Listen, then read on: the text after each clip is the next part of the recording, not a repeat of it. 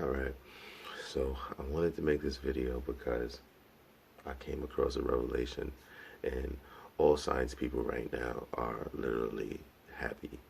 Um, and one of the main reasons why we're happy is because we are one of the many people that can explain what's going on.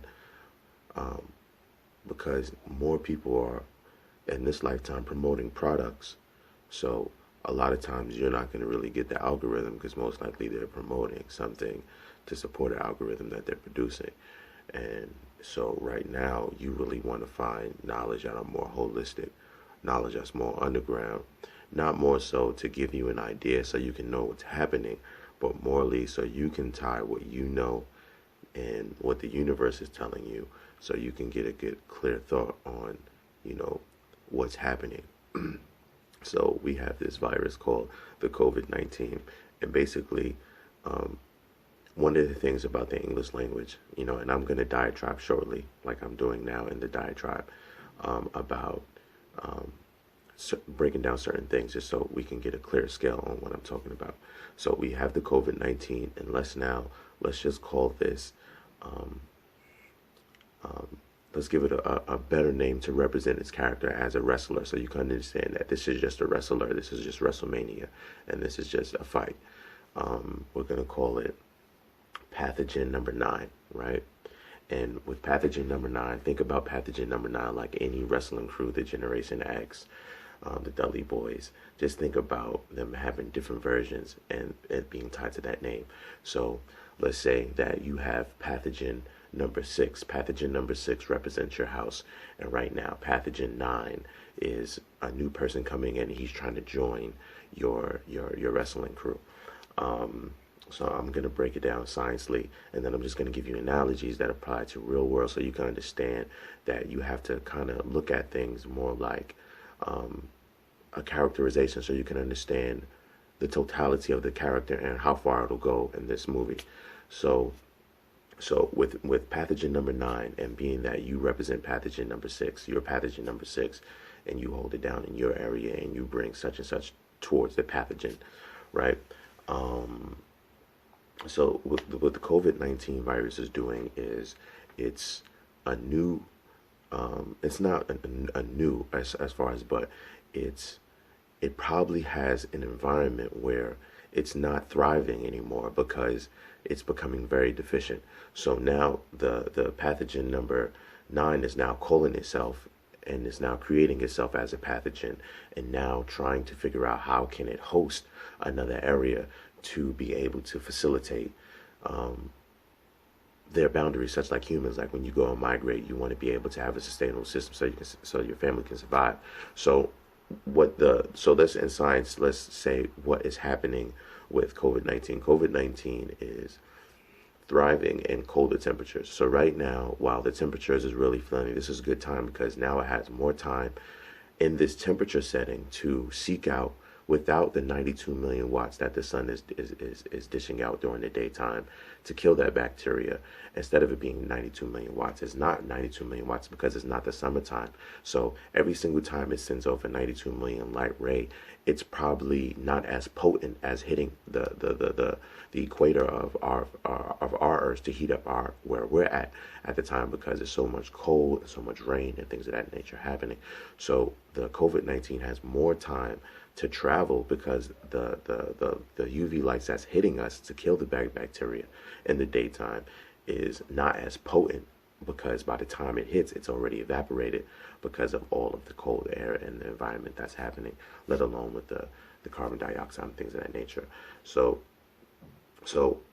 now that it's a colder temperature, and what we're really waiting for is the summertime, because then it'll have no place to thrive, and all of the other pathogens like they've already been here, they've already been doing their thing. So it's not like they're going to be a problem. It's just them that they're looking for a place where they can host and coexist, because their probably previous environment is probably being diminished of some sort of materials and things of that nature, or some type of breakout, or whatever the case may be. Wherever it was, it now is thriving as a nucleus, and from that nucleus is separating in times so it can host other areas to create other babies, so it can create nucleus so it can host and then give on and so forth, like Venom. right? So pathogen number 9 right now is where how it has to thrive. It has to have less things that, like, in order for it to attack your body, it has to shut it down. In order to shut it down, it has to go through the mouth, right? So, or the eyes, or some gland where it's intercepting, so it can shut down those glands, so it can dry you out. So first it's going to come in, and then it's going to go in your throat, and it's going to, and it, so by the time it hits your throat, the virus is already working in to sew up your saliva glands. It's already attacking your saliva glands, and it's already drying your mouth. That's why most people, they get cotton mouth first, because the moment it enters, it has to dry out your glands. So by the time it goes down your throat, it has enough dryness there so it can plant more pathogens, so it can create itself to be able to host itself while it's going down into your digestive system, through your lungs and through your mucus glands, so it can host that area, so it can now infest your air or your area, so then you can give it to somebody else, and they can host, and they can create, and they can figure out a way how they can coexist in this environment, being that their previous environment is, because they're actually all over the place. They're babies, if you kind of really think about it, how it's happening. And us morally dying from it is not more, it's just more your immune system. Your immune system at a certain age or a certain time, whatever deficiencies you have in your body, anybody that has deficiencies in your body is already fighting different types of wars. You understand what I'm saying? So when something else comes in it, and it's a full-on attack, it's really trying to survive. So it's really coming in your body, and it's really just, so while your body is fighting out a war, those little warriors that are in your body don't really have a chance to really fight them and give them a good fight, because it's already attacking things that are already bound. Whether you're having a deficient immune system, where your body is now almost evaporating in a sense of nutrients and just matter, because the world, the sun, the environment, the gravity is just pulling you apart. So you're fighting to live at this point when you get to a certain age, or when your body is fighting to live every single day. So when that pathogen comes, your body is never going to be ready. So it's only, so people that are ready, but that's the thing. But so that's why we're waiting for the summer. So basically, you can consider pathogens like dust mites, right? So say your dust mites, your pathogen number 6. And the reason why pathogen number 9 can't really fuck with pathogen number 6 as a dust mite is because you give off 300,000 dust mites. And how you thrive and how you survive, if you survive with our skin follicles, you survive with our hair follicles, you can survive with our dog hair follicles, you can survive with their hair. That's why when certain people are in the same room for a long time, they start to look like that pathogen. They start to look dusty. They start to look like a dust mite. You start to look like a dog. You start to look like that other person, because you're having, I think it's called like a trilateral infusion, or some type of parallel transfusion, where the skin follicles are programming itself together, and then when it's coming down, your skin follicles are adapting to these new skin follicles that are coming down, because your partner has skin follicles, and now you guys are living together. So then that's what makes you start to look like that person, because those dust mites are just eating, and it just and things are just going all over the place, and you may not have a rug, or you may not have a plant, so the dust mites are just constantly thriving. So staying at home is actually a good thing, because that's the pathogenic atmosphere that you want to live in.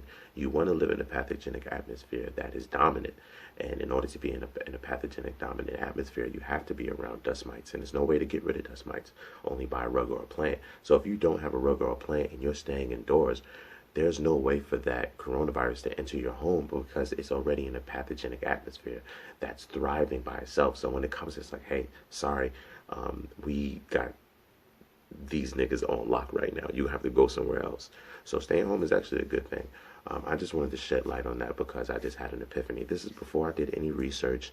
This is just basically me and my living environment bio book, remembering my living environment bio book, remembering pathogens, remembering how viruses and nucleuses and how these things form and migrate. And when I look at let's look at the picture. If you look at the picture, what does the picture of the COVID-19 look like? Don't look at it as the COVID-19. It looks like a nucleus. It looks like something that is looking for a habitat, a biosphere, some type of biosphere where it can live, so it can create pathogens to create its environment. And this is where you get dust mites and you get dust bunnies, and there's other dust, and there's pathogens in the water. I believe, the snails and things of that nature, they give off pathogens that, purify their food and things of that nature. There's pathogens all over the place. There's no way to survive out there, and that's what this virus is. This virus is pathogen, and it's just looking for a place to thrive. So staying inside until summertime, and when you go outside, you're making sure that you are covering up your mouth, you are covering up your nose, you are covering it's not more so your hands, but it's more so where it can get in, because even wearing glasses or some type of goggles, it would be good, because it's going to get in your glands, and the only way to really get in your glands, because that's what you wash your face with cold water, you close your glands in your head and things of that nature, so when you go outside, your skin immediately freezes up. That's why when you get sick, it's less oxygen going to the body. Your nasals start getting messed up. Your throat starts, because your body is trying to cancel out less oxygen. So no more bad bacteria can get in, so it can fight what's going on. So right now, the pathogens are in your body, and they're drying you out, because your body is fighting it, and it's drying out the oxygen, so it can fight it hand on, battle on. So that's what you're going to think about this. This is going to be on my live stream. This is not something that I do, but people's lives are being lost. And if I can be a mind to just give somebody an idea on how to understand what's going on from a more holistic underground level, because like I said, a lot of people are promoting products. So you can't really find the algorithm or where the source or how to really find this information, because they're promoting products, and you are going more to the product more than you're going to the problem. Go to the problem, not the product. This is the last of Outlaw, and I'm out of here. Peace.